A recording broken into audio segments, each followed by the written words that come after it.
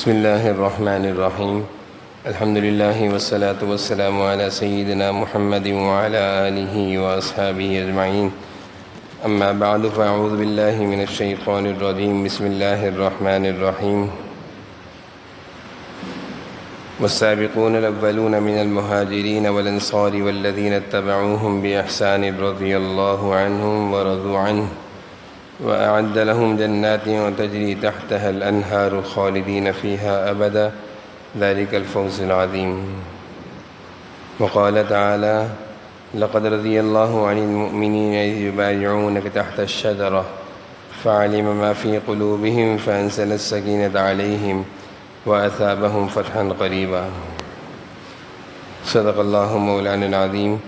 اللهم صل على سيدنا ومولانا محمد وعلى آل سيدنا ومولانا محمد وبارك وسلم. اللهم صل على سيدنا ومولانا محمد وعلى آل سيدنا ومولانا محمد وبارك وسلم. جمعہ کا دن ہے، مبارک دن ہے، مبارک گھڑیاں ہیں. قریب قریب ہو کر بیٹھنا چاہیے. آگے آگے آ جائیں. جو لوگ پچھلی صفوں میں وہ آگے آ جائیں.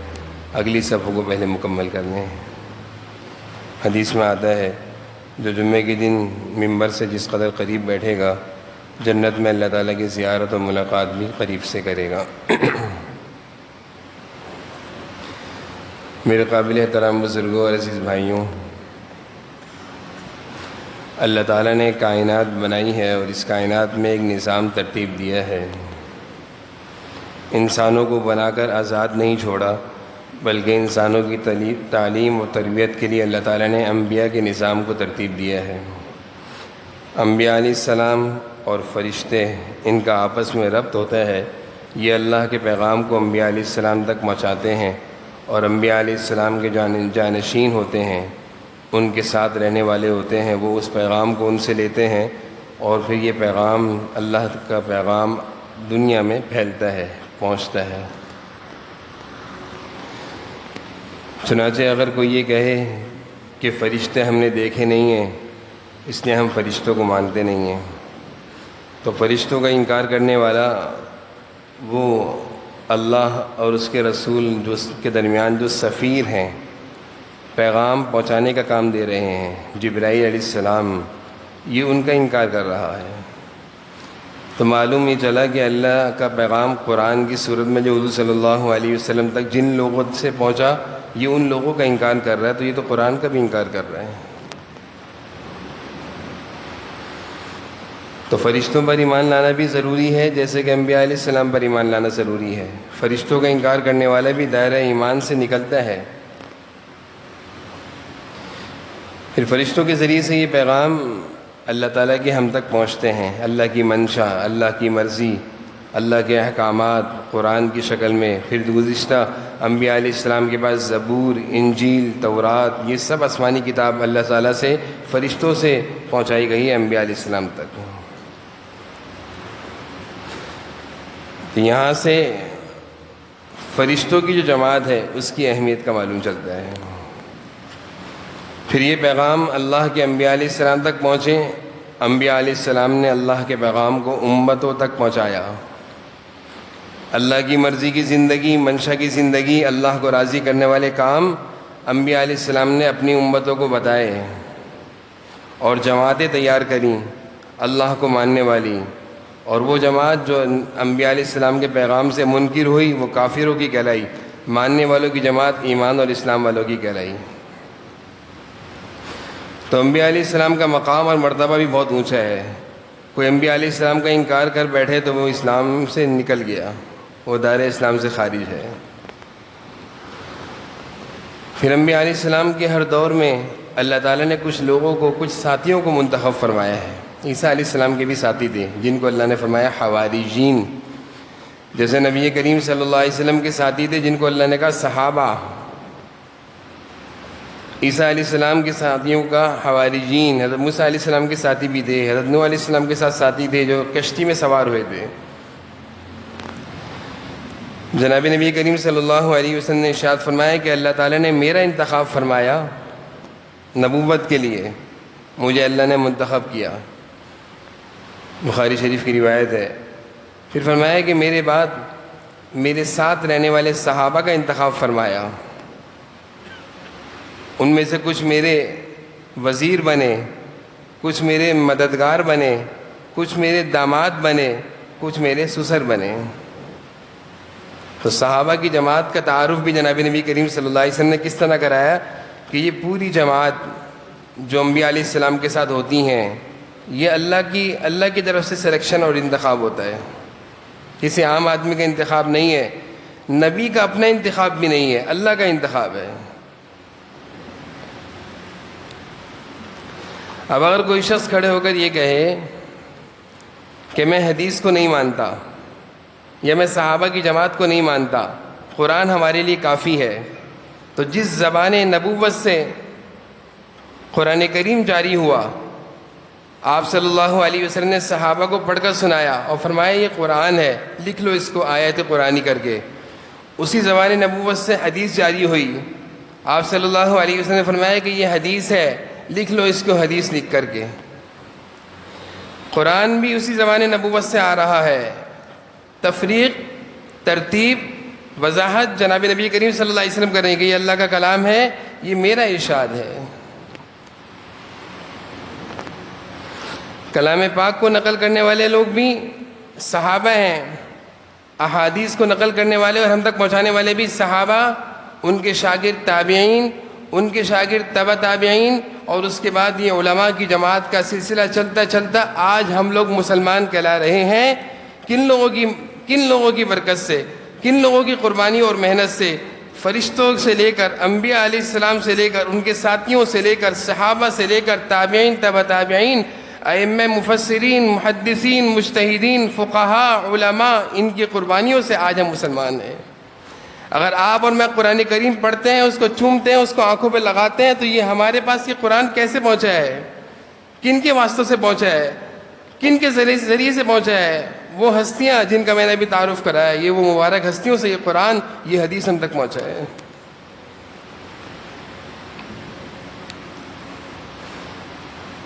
واسطے، اسلاف پر اعتماد.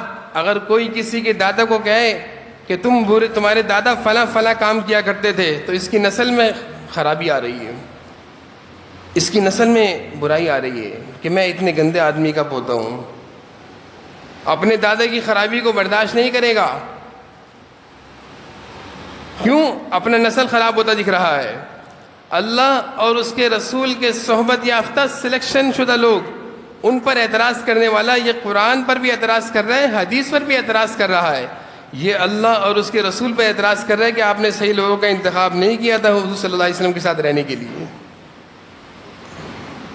ہر دور میں یہ فتنہ رہا ہے، آج بھی یہ فتنہ ہے کہ علماء کو بدنام کرو تاکہ دینی معلومات جن لوگوں سے لی جاتی ہیں ان سے اعتماد ہٹ جائے گا، لوگ جاہل ہوں گے.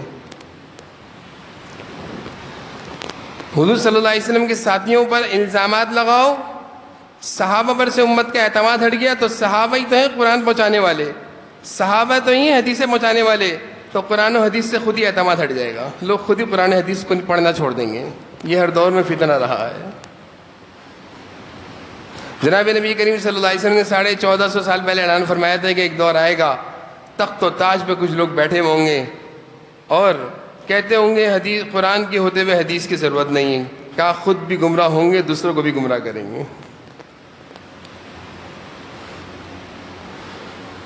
تو اپنے اسلاف پر، اپنے بڑوں پر کیچڑ اچھالنا، ان کی کردار کشی کرنا، یہ تو بڑی بدنصیبی کی بات ہے.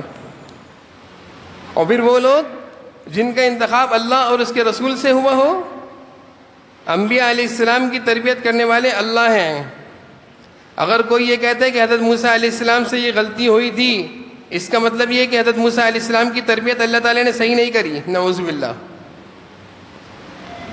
جیسے اس دور کے کچھ ایسے باطل گمراہ مفسر قرآن بننے والے اپنی تفاسیر میں حضرت موسیٰ علیہ السلام کے بارے میں یہ لکھ بیٹھے ہیں کہ یہاں ان سے یہ غلطی ہوئی، یہاں ان سے وہ غلطی ہوئی. اتنی بڑی ہستی پر اعتراض اٹھانے والا گویا وہ اللہ کی سلیکشن پر اعتراض اٹھا رہے کہ اللہ نے صحیح تربیت نہیں کری، صحیح لوگوں کو نہیں منتخب کیا. صحابہ اپنے اسلاف پر اعتراض اٹھانے والا وہ گویا اللہ اور اس کے رسول پر اعتراض اٹھا رہا ہے، کیونکہ جناب نبی کریم صلی اللہ علیہ وسلم کی حدیث ہے کہ میرا انتخاب اور میرے صحابہ کا انتخاب براہ راست اللہ نے کیا ہے۔ انبیاء علیہ السلام کی تربیت اللہ تعالیٰ فرماتے ہیں، اور صحابہ اور انبیاء علیہ السلام کے ساتھ رہنے والوں کی تربیتیں انبیاء علیہ السلام فرماتے ہیں۔ حضرت عیسیٰ علیہ السلام کے ساتھ رہنے والے حواریجین تھے، ان کی تربیت حضرت عیسیٰ علیہ السلام نے فرمائی۔ جناب نبی کریم صلی اللہ علیہ وسلم کے ساتھ رہنے والے صحابہ تھے، ان کی تربیت حضور صلی اللہ علیہ وسلم نے فرمائی۔ صحابہ پر اعتراض کرنے والا ایسا ہی ہے کہ میرے اوپر کوئی اعتراض کرے کہ تو ایسا ہے ایسا ہے، تیری تربیت صحیح نہیں ہے، یعنی میرا اعتراض میرے والد پر جا رہا ہے، میرا اعتراض میرے والد محترم پر جا رہا ہے کہ تمہارے ابا نے تمہاری تربیت صحیح نہیں کری۔ اندازہ لگائیے صحابہ کی گستاخیاں کرنے والے یہ کن پر اعتراض کر رہے ہیں کہ صحابہ صحیح نہیں تھے۔ حضور صلی اللہ علیہ وسلم اعتراض کر رہے ہیں کہ آپ نے ان کی تربیت صحیح نہیں کی تھی، اللہ پر اعتراض کر رہے ہیں کہ آپ نے صحیح لوگوں کا انتخاب نہیں کیا اپنے نبی کے ساتھ رہنے کے لیے۔ اور پھر میں نے جیسے عرض کیا کہ جب اسلاف پر اعتراضات ہوتے ہیں، ان پر سے اعتراض کے ذریعے اعتماد کو ہٹایا جاتا ہے، بھروسے کو ہٹایا جاتا ہے۔ وجہ صرف یہی ہے، ہمیشہ سے ہر دور میں یہودیوں کی، عیسائیوں کی، کافروں کی، دشمنان اسلام کی ایک ہی کوشش رہی ہے کہ مسلمانوں کو قرآن و حدیث سے دور کر دو۔ براہ راست قرآن پر حملہ کرتے تو اتنا بڑا احتجاج ہوتا ہے جو ہم دیکھ رہے ہیں کہ احتجاج ہوتا ہے، براہ راست قرآن پر تو حملہ نہیں کر سکتے، اس کو تو مسلمانوں سے چھیننا بہت مشکل ہے۔ پھر کیا کیا جائے؟ ایسے لوگوں پر اعتراض کرو، ایسے لوگوں کے کردار کشی کرو، ایسے لوگوں پر سے مسلمانوں کا اعتماد اٹھاؤ کہ جن لوگوں نے یہ قرآن اور یہ حدیث مسلمانوں تک پہنچایا اپنے نبی سے لے کر، وہ صحابہ کی جماعت تھی۔ جب ان پر اعتراض ہوگا، ان پر سے اعتماد ہٹ جائے گا، ان کی برائیوں کا تصور اپنے ذہنوں میں بٹھائیں گے، غلط باتوں کا، بے بنیاد باتوں کا تصور اپنے ذہن میں بٹھائیں گے، تو ایک وقت میں ذہن میں یہ بھی تو آئے گا کہ قرآن و حدیث نقل کرنے والے بھی تو وہی لوگ ہیں، تو قرآن و حدیث سے بھی اعتماد ہٹ جائے گا۔ نعوذ باللہ۔ یہ ایک محنت ہے جس محنت پر کام ہوتا ہے، ہو رہا ہے۔ سمجھدار مسلمان، دیندار مسلمان، دینی معلومات رکھنے والے مسلمان، علماء کی صحبتوں میں رہنے والے مسلمان اس طرح کے فتنے اور پروپیگنڈے کو اچھی طرح سمجھتے ہیں، جانتے ہیں، اور ایسی بات کرنے والے کے منہ کو بند کرا دیتے ہیں کہ آپ غلط کہہ رہے ہیں۔ جن ہستیوں پر آپ انگلی اٹھا رہے ہیں، ان ہستیوں کی تربیت جناب نبی کریم صلی اللہ علیہ وسلم نے کی ہے۔ ان ہستیوں پر انگلی اٹھانا جناب نبی کریم صلی اللہ علیہ وسلم کی نعوذ باللہ تربیت پر انگلی اٹھانا ہے۔ ان ہستیوں پر سے اعتماد ہٹا دینا گویا آپ نے قرآن اور حدیث پر سے اعتماد ہٹا دیا۔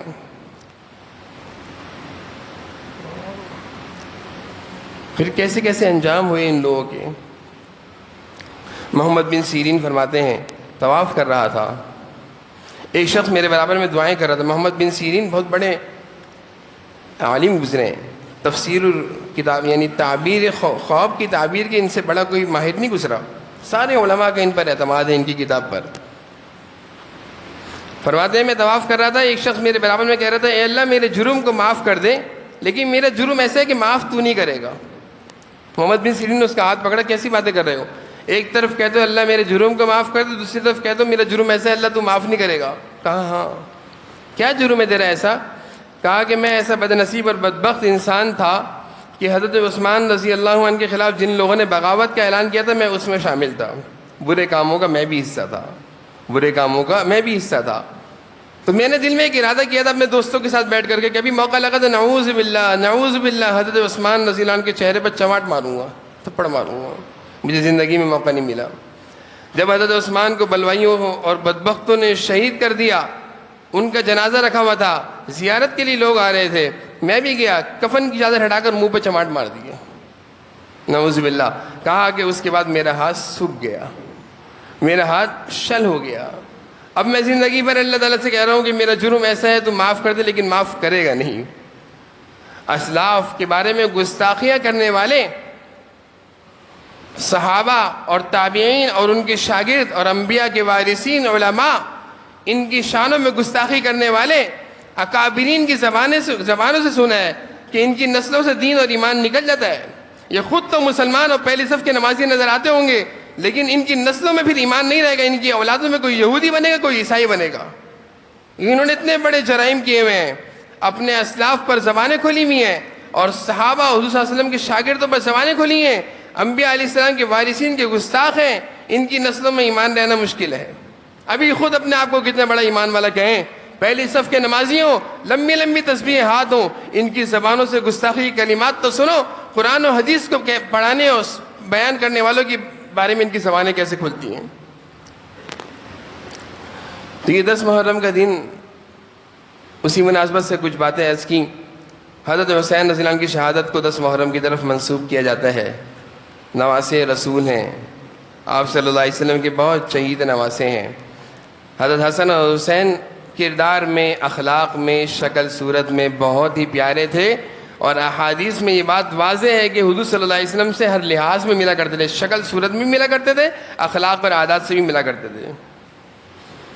جن لوگوں نے حضرت علی کو شہید کیا، جن کو کہتے ہیں شیعان علی، کوفہ کے رہنے والے، انہی لوگوں نے حضرت حسین کو خط لکھے وہاں سے کہ ہم حضرت علی کے بعد حضرت معاویہ کی خلافت پر تو ہم نے اعتماد کیا اور ان کے ہاتھ پر بیعت کری، لیکن یزید کی خلافت پر ہم بیعت نہیں کر سکتے، آپ آ جائیں۔ اور بے شمار ہزاروں کی تعداد میں کوفہ سے خط روانہ کیے۔ حضرت حسین ان کوفہ کے دھوکے باز لوگوں کی باتوں میں آ گئے۔ حضرت عبداللہ بن عمر کہنے لگے، اے حسین، جن لوگوں نے تمہارے ابا کو شہید کیا وہی دھوکے سے تمہیں بلا رہے، مت جاؤ۔ حضرت حسین نے کہا نہیں، میں جاؤں گا۔ آپ نے اپنے سے پہلے حالات کا جائزہ لینے کے لیے مسلم بن عقیل کو بھیجا، یہ وہاں گئے، حالات کا جائزہ لیا تو ان کے ہاتھ پر 80,000 لوگوں نے غائبانہ حضرت حسین کی بیعت کر لی۔ حضرت حسین کو انہوں نے خط لکھا کہ حالات سازگار ہیں، آ جائیں۔ حضرت حسین یہاں سے روانہ ہوئے۔ جب یزید کو معلوم چلا کہ میرے خلاف ایک گروپ تیار ہو رہا ہے، اس نے فوراً کوفہ کا گورنر بدلا اور عبید اللہ بن زیاد کو کوفہ کا گورنر لگایا، فوراً سب کو گرفتار کرو، سب کو قتل کرو۔ عبید اللہ بن زیاد آیا اور اس نے سب سے پہلے مسلم بن عقیل جو حضور صلی اللہ علیہ وسلم کے چچا زاد بھائی تھے ان کو شہید کیا، اور جتنے ان پر بیعت کرنے والے تھے سب کو شہید کیا۔ مسلم بن عقیل نے شہادت کے وقت ایک خط لکھا، حضرت حسین کو روکا کہ مت آنا۔